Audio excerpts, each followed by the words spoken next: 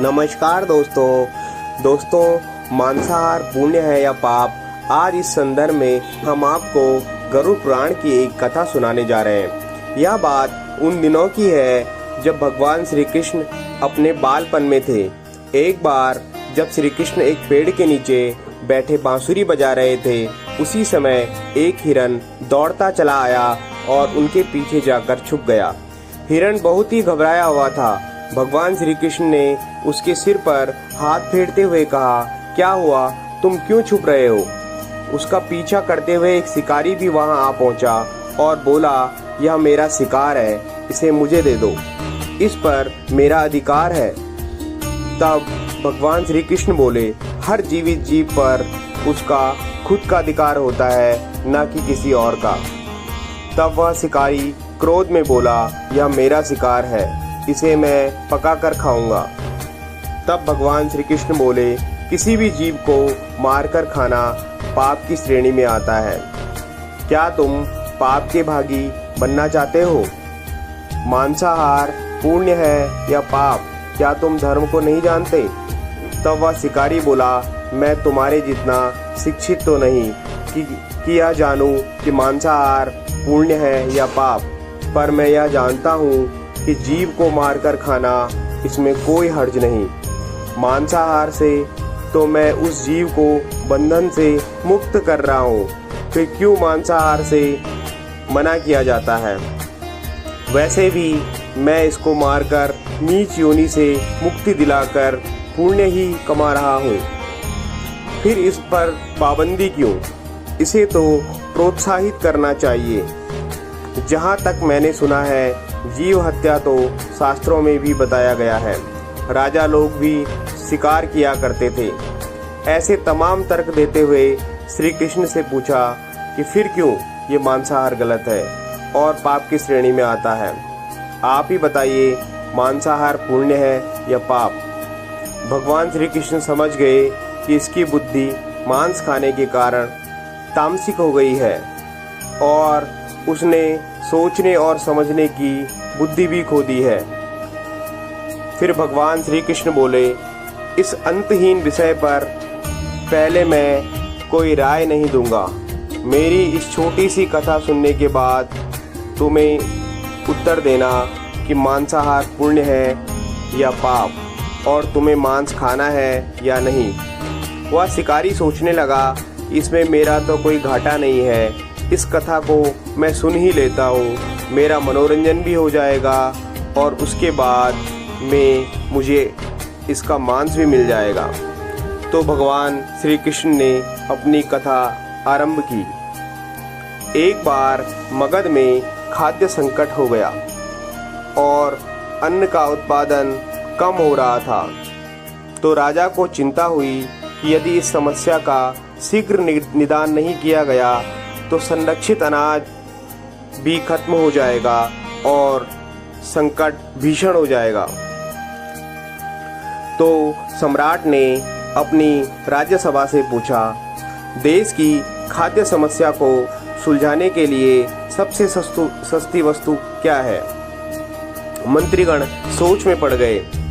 चावल, गेहूं, आलू इत्यादि पदार्थों को उगाने के लिए बहुत श्रम करना पड़ता है। वह तभी प्राप्त होते हैं जब प्रकृति का प्रकोप ना हो। ऐसे में तो कुछ सस्ता हो ही नहीं सकता। तभी शिकार का शौक रखने वाले एक मंत्री ने सोचा कि यही उत्तम अवसर है, क्यों न अंधाधुंध शिकार के लिए राजा की अनुमति ले ली जाए। उसने सभा में कहा कि सबसे सस्ता खाद्य पदार्थ है मांस। इसके लिए धन का खर्च भी नहीं है और पौष्टिक खाना भी मिलता है। सभी सामंतों ने इस बात का समर्थन कर दिया, लेकिन मगध के महामंत्री अभी भी चुप थे। सम्राट ने पूछा, महामंत्री, आप चुप क्यों हो? आपने कोई अनुमोदन नहीं किया, आपका क्या मत है? महामंत्री ने कहा, मैं यह नहीं मानता कि यह कथन सही है कि मांस सबसे सस्ता पदार्थ है। फिर भी इस विषय पर मैं अपने विचार आपके सामने कल रखूंगा।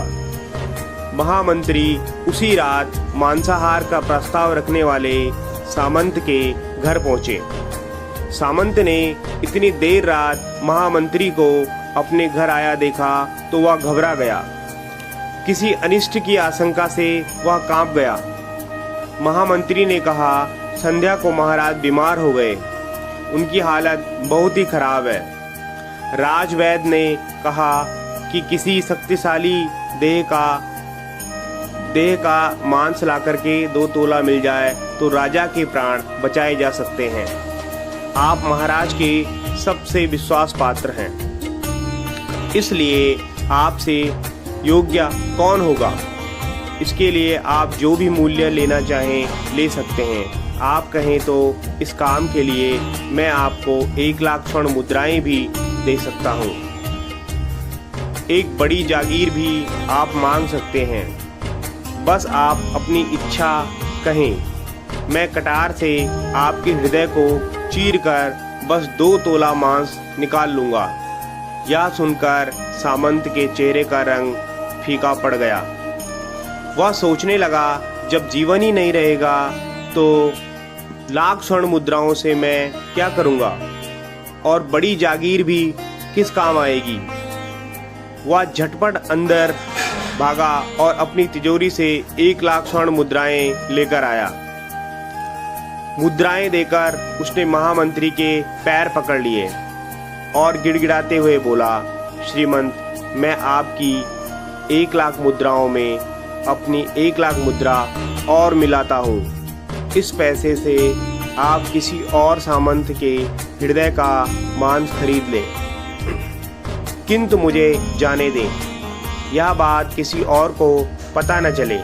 मैं आपसे आग्रह करता हूँ। महामंत्री जी यह सब समझ चुके थे। वह उसे थोड़ी और मानसिक पीड़ा देना चाहते थे। महामंत्री ने आगे कहा, सामंत, आप शरीर से बलिष्ठ हैं, आपकी कदकाठी महाराज से मिलती जुलती है, इसलिए राजवैद्य ने खास तौर पर आप ही का नाम लिया है। आपके दान से हमारे अच्छे राजा की जिंदगी बच सकती है। आप कहें तो मैं आपको महामंत्री का पद देने को तैयार हूँ और खुद आपका कर्मचारी बनकर रहूँगा, पर प्रजा से हमारे राजा न छीने। सामंत तो खस्ता हुआ दिख रहा था। उसने शरीर पर अंगवस्त्र रखकर अपने जूते भी पहन लिए। जैसे ही वह वहां से भागने वाला था, वह तुरंत महामंत्री के पैरों में लेट गया। उसने याचना की, महामंत्री, मैं इसके योग्य नहीं हूँ। जब प्राण ही नहीं रहेंगे तो महामंत्री पद या राजा का सिंहासन भी मिल जाए तो मैं उसका क्या करूँगा? आप चाहें तो मेरा सब कुछ ले लें, पर मेरे प्राण ना लें। मैं अपना ये भवन और सारा धन आपको सौंपता हूँ। रातों रात राज्य से निकल जाऊंगा। इतना कहकर वह अपने घोड़े की ओर भागा और जैसे ही अपना घोड़ा गटने लगा, आवाज आई, अभी अभी अपने पीछे गए तुम अपने परिवार को भी छोड़ जा रहे हो।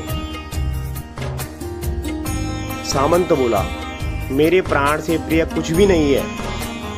जब जीवन ही न रहेगा तो कुटुंब का क्या करूँगा? जीवन रहा तो ऐसे ही सुखी रह लूँगा। इतना कहकर घोड़े पर छलांग लगाकर बैठ भी गया। वह अभी चलने को ही था कि महामंत्री ने घोड़े की लगाम पकड़ ली।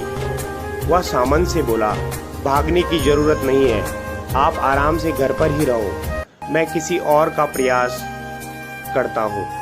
यह कहकर महामंत्री वहां से चले गए। महामंत्री के वहां से जाने पर सामंत के अंदर कुछ जान तो आई, परंतु बेचैनी बनी रही। उसकी नींद खराब हो चुकी थी। मुद्राएं लेकर महामंत्री बारी बारी से सभी सामंतों के घर पहुंचे और सभी से राजा के लिए हृदय का 2 तोला मांस मांगा, परंतु कोई भी राजी न हुआ। सब ने अपने बचाव के लिए महामंत्री को 1 लाख और 5 लाख मुद्राएं तक दे दी।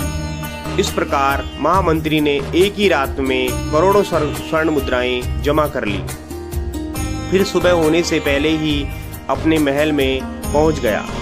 अगले ही दिन राजसभा में सभी सामंत समय से पहले ही पहुंच गए। सभी यह जानना चाहते थे कि राजा स्वस्थ है कि नहीं, लेकिन कोई भी किसी से भेद नहीं खोलता था। सबको राजवैद्य की तलाश थी, उनसे ही उन्हें कुछ सूचना मिल सकती थी। महामंत्री ने सैनिकों को आज्ञा दे रखी थी कि जब तक महाराज राजसभा में न आए किसी भी सामंत को महल से बाहर जाने की आज्ञा नहीं है।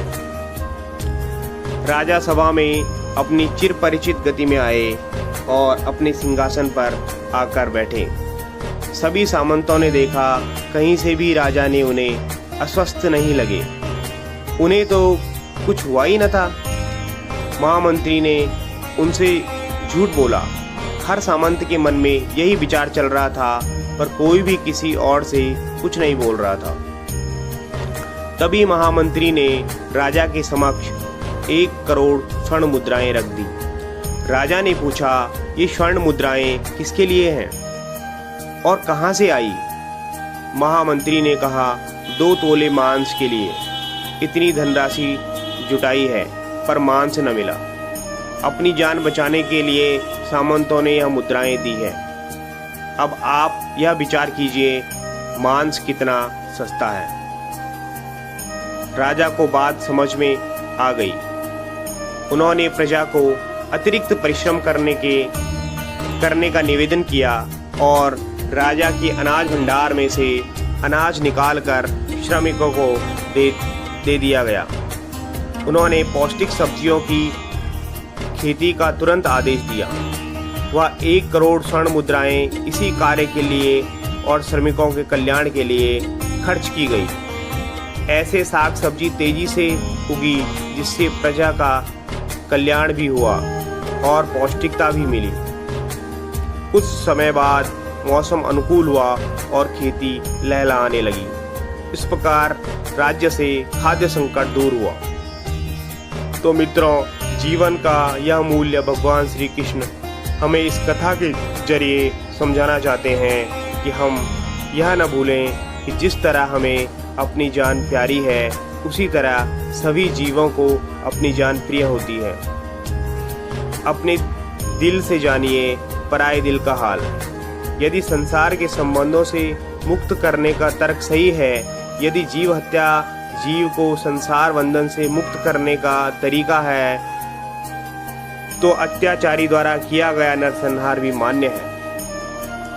वह भी ये तर्क दे सकते हैं कि वह लोग जीवन के कष्ट से आप लोगों को मुक्त कर रहे हैं। अगर उसके लिए वह जीवन बोझ होता है तो कभी भी अपनी जान बचाने के लिए संघर्ष नहीं करता, आपसे भागता नहीं। जो आपके सामने असहाय हो जाता है उसे प्राण गंवाने पड़ते हैं। जिन जीवों को मारकर आप खा रहे हैं उन्हें तो प्राण बचाने का अवसर भी नहीं मिलता।